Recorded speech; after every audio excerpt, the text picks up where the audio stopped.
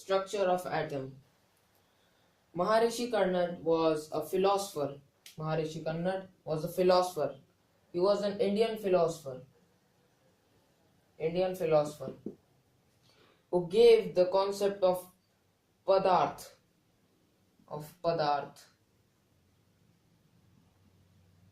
That means matter. Padarth means matter according to him. Or we can say Parmanu. Now, later, after a few years, a scientist, not a scientist, a great philosopher, he was a Greek philosopher, Democritus. He was a Greek philosopher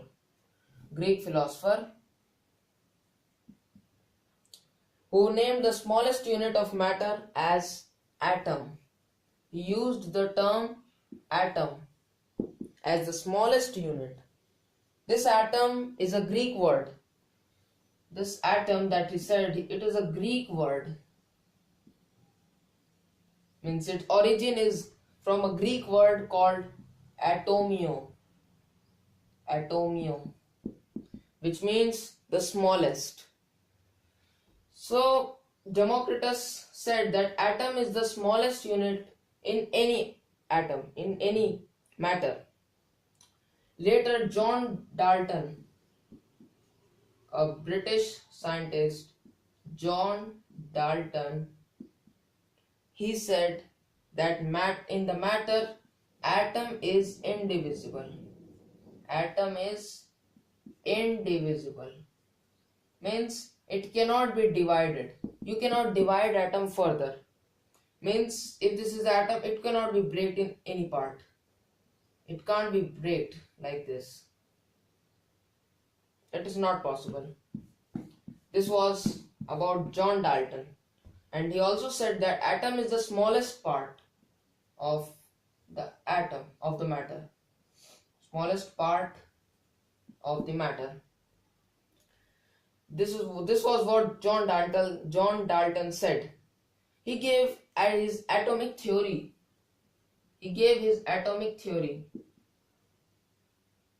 That you might have studied in class 9th about this theories of John Dalton.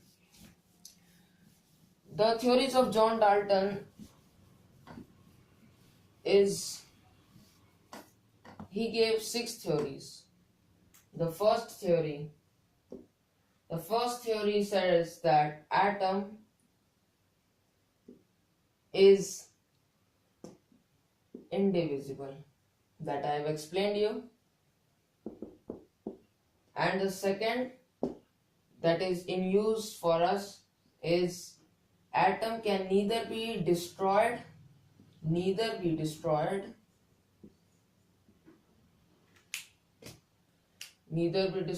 nor be created. Nor can be created.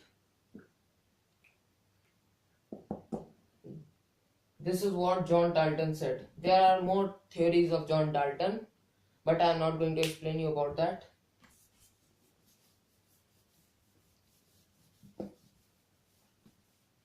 You can read in class 9th about these theories of John Dalton. So now I am going to tell you about the how the atom can be divided into 3 parts. How it was discovered that atom can be divided into 3 parts. Today we know that atom is further divided into electrons, protons and neutrons. It contains electrons, protons and neutrons. So how it came to the mind, how scientists knew about the electrons, protons and neutrons, about the subatomic particle. These are called subatomic particles of an atom. How they came to know that these subatomic particles exist, that we are going to learn here. So first we'll talk about the electron. We'll talk about the electron. Electron was discovered by J.J. Thomson. J.J. Thomson, he was a scientist. How he discovered the electron? First, we talk about the experiment. His famous cathode ray experiment. Cathode ray experiment. Cathode ray experiment. What was this cathode ray experiment? This cathode ray experiment was performed in 1850s. Means 1850s, around 1851, maybe 52. During that period, this cathode ray experiment was performed. What he did, he took a circuit. This is a circuit.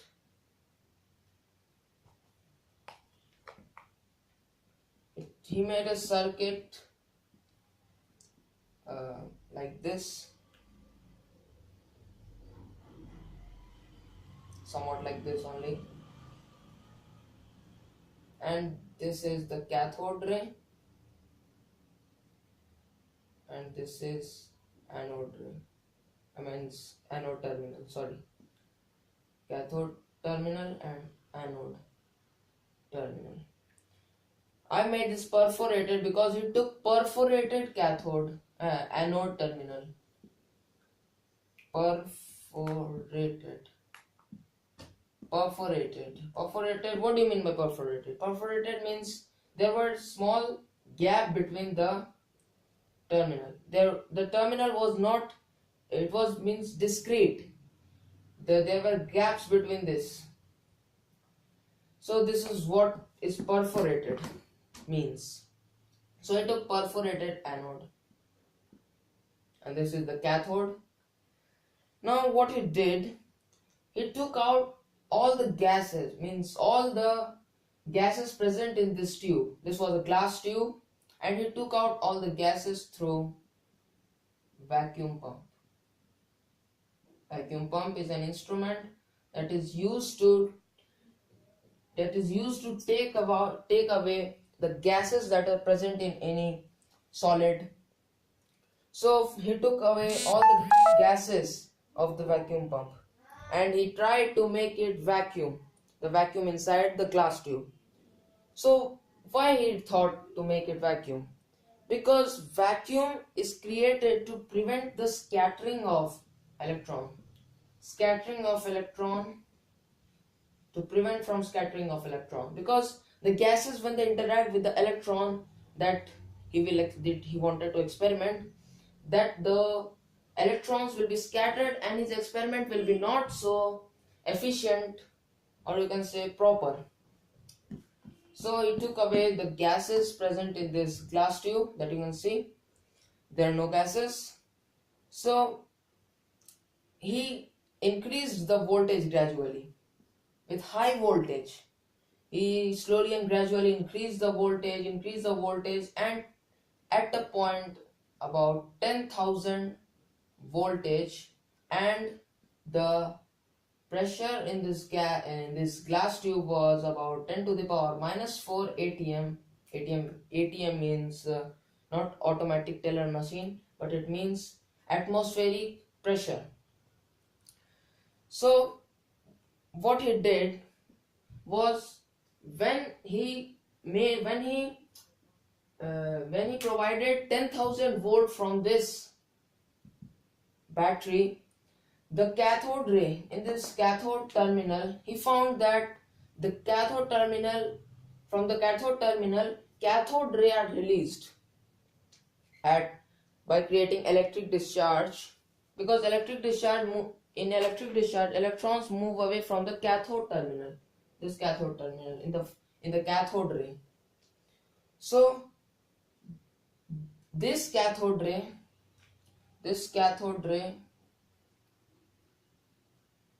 moved forward, and being perforated anode, as the anode was perforated, so it passed through the anode and the back side of this glass tube, this became brightened. It was yellowish color. It was yellowish color. The color was yellowish because this glass tube was made up of zinc sulfate, ZnS, that is zinc sulfate. This zinc sulfide has a property that when these rays are struck on it, it shows fluorescence. So that's what happened, and he knew, and then he proposed the theory of the cathode ray, or we can say electron. This was how he discovered the cathode ray. Now we'll see something about some properties of this electron. Now let me show you some properties of this electron.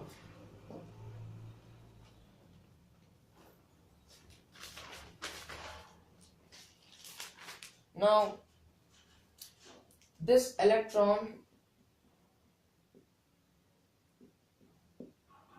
what is this electron? Its charge. First of all, its charge. The charge is -1. How we denote it? We denote it by like this. Because its charge, it is an electron, so its charge is -1. Now we'll talk about its mass. Its mass is 9.1 into 10 to the power -31 kg. Now, it was discovered by J.J. Thomson. These are some basic characters of electron. Now we'll talk about its properties. The properties of the cathode ray. Electron, or you can say cathode ray.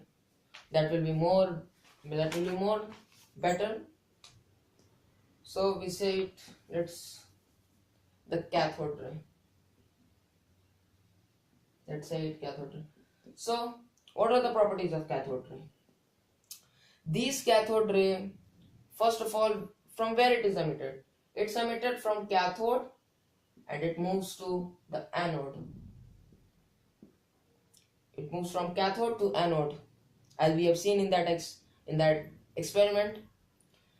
Now these rays are visible as a glow on certain material like zinc sulfide that I've showed you, that there was fluorescence in the glass tube that we have seen. The cathode ray moved and it provided fluorescence here. It should be perforated. So here it showed the fluorescence. So it showed fluorescence in zinc sulfide. Fluorescence in the materials like zinc sulfide. Like in television set. How do we see television? Just we switch on the television and our program that we want to see comes. This television, the working of this television is based on this cathode ray. This cathode ray provides fluorescence in this glass tube, and from this fluorescence we get all the programming, the channels that we want to see in the television, and similarly in the computers also. Computers, laptops, mobiles, similarly. So the next property. These rays are affected by the electrical and the magnetic field. These rays are affected by magnetic and electric field. It's affected by electric and magnetic field because it has charge. And now the fourth property. These cathode rays consist of electrons.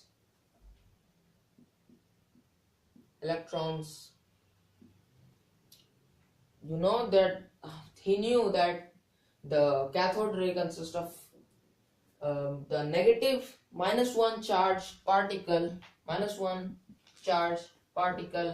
so he named it electron. So it consists of electron. Now the last property, that it does not depend on any material and the nature of electron and the gases. So it does not depend on the material. So these are the properties that may be beneficial for you. So this was all about the cathode ray. Now we'll talk about how the charge of the electron came. Now we'll talk about how its charge came in the coulomb, as the unit of charge is coulomb. So the charge of electron was found by an American scientist. His name was R.A. Millikan. R.A. Millikan, from his famous oil drop experiment.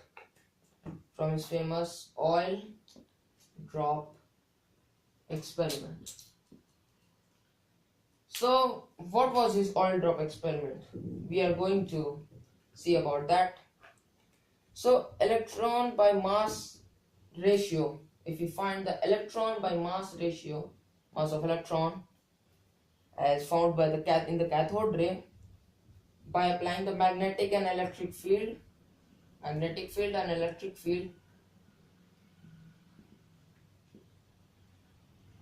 perpendicular to each other, the electron by mass ratio was found by this fellow R.A. Millikan. It was minus 1.758820 into 10 to the power 11 C per kg. C is coulomb, the charge of E, and ME means mass. The unit is SI unit is kg. So this was found by him. This is the numerical value. And what Thomson found? He had found earlier that the electron had the mass of electron as 9.1094 into 10 to the power minus 31. So he found about charge E. He found the charge of electron as when we will put in the value, E is equal to minus 1.758820 into 10 to the power 11 into, this will go this side, into 9.1094 into 10 to the power minus 31 kg. Then the value will come around minus 1.602 into 10 to the power minus 19 coulomb. This was what he found, the charge of this electron. This was the charge of electron found by the R.A. Millikan from his famous oil drop experiment. Now we'll see how the proton was found, how the discovery of proton went. Now we are going to study about that, the proton's discovery. So proton. This proton was found by a scientist named Goldstein.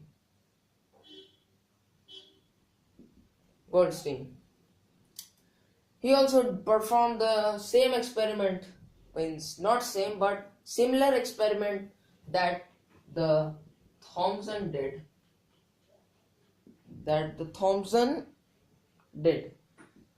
So what he did, he took the same circuit, a glass tube,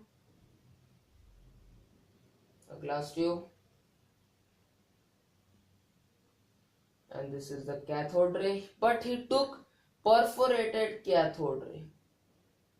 This time he took perforated cathode ray instead of taking perforated anode. This is the anode that is not perforated, but the cathode is perforated. Now at the same voltage, 10,000 voltage and 10 to the power minus 4 ATM, he found that there was again the same type of fluorescence behind the cathode terminal. He found that he found that this fluorescence was due to anode ray that was released from the anode terminal, and it went and it passed through the cathode terminal and provided fluorescence in the glass, in the ZNS, zinc sulfide glass. And he found about the proton through anode rays. This was how he found about the anode rays. Now we'll study about some properties, the useful properties of the proton.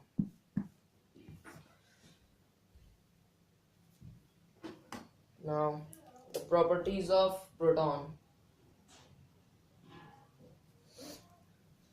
Now, the first property. These protons were found from the anode ray. Anode ray, or we can say canal rays. Don't confuse between them, they are both same. Now the second point. This proton is dependent on the nature of gas. It depends on the nature of gas. How the gas is, the property of gas in the glass tube or anywhere where the anode ray is released. Now the third property. This proton is deflected by the electric and magnetic field, just like electron, because it has charge. It has charge, that is the reason why it is deflected by these fields. Now, fourth point. It depends on the gas that is used in the tube. It depends on the gas that is used. These canal rays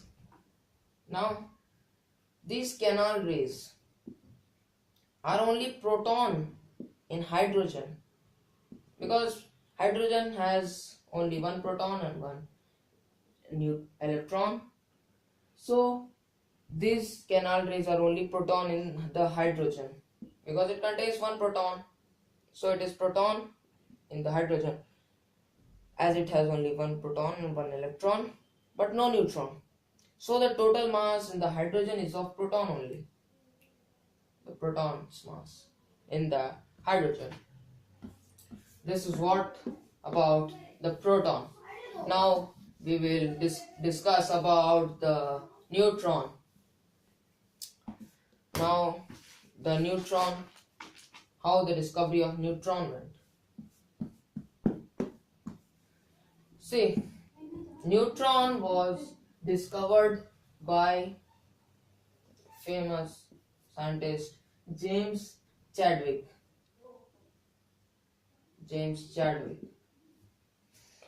This fellow, what he did, he took a metal. This is a metal piece, and he struck alpha rays on this metal. This is the sign of alpha rays. He, from any radioactive element, because radioactive element have property that it releases radioactive gases, radioactive rays. Any radioactive element, he took a radioactive element and he struck the alpha rays on this metal piece. Now what he discovered, that this metal piece released neutron. This metal piece released neutron, and neutron came out, but he found that this neutron didn't deviate from the magnetic field. He found that it did not deviate from the magnetic field or electric field. Magnetic field or electric field. So why it did not deflect? Why there was no force acting on it? Because the formula that you might have studied about magnetic force is Q V cross B, and the B is 0. The magnetic field produced is 0. There is no magnetic field produced. So B is 0. So it becomes Q V into 0 cross 0. So the value will be 0. So no force acts on this neutron. Later on, the mass of the neutron was found to be 1.67 into 10 to the power minus 27. So what do you think? Why the neutron was found? What was the reason that came into the minds of the scientists that neutron was to be found? The atom became neutral by the J.J. Thomson's and the Goldstein's proton and neutron discovery, but they were not sure about the nucleus, because the mass, when they calculated the mass, and they calculated the mass of proton and electron, and they calculated the mass of an atom, they found that the mass of atom was greater. So they wanted to know, does this atom contains even more something that was unknown? So this they found to be neutron. And later on, this was when the neutron's mass was found, this was equalized. Here it should be minus. This was equalized.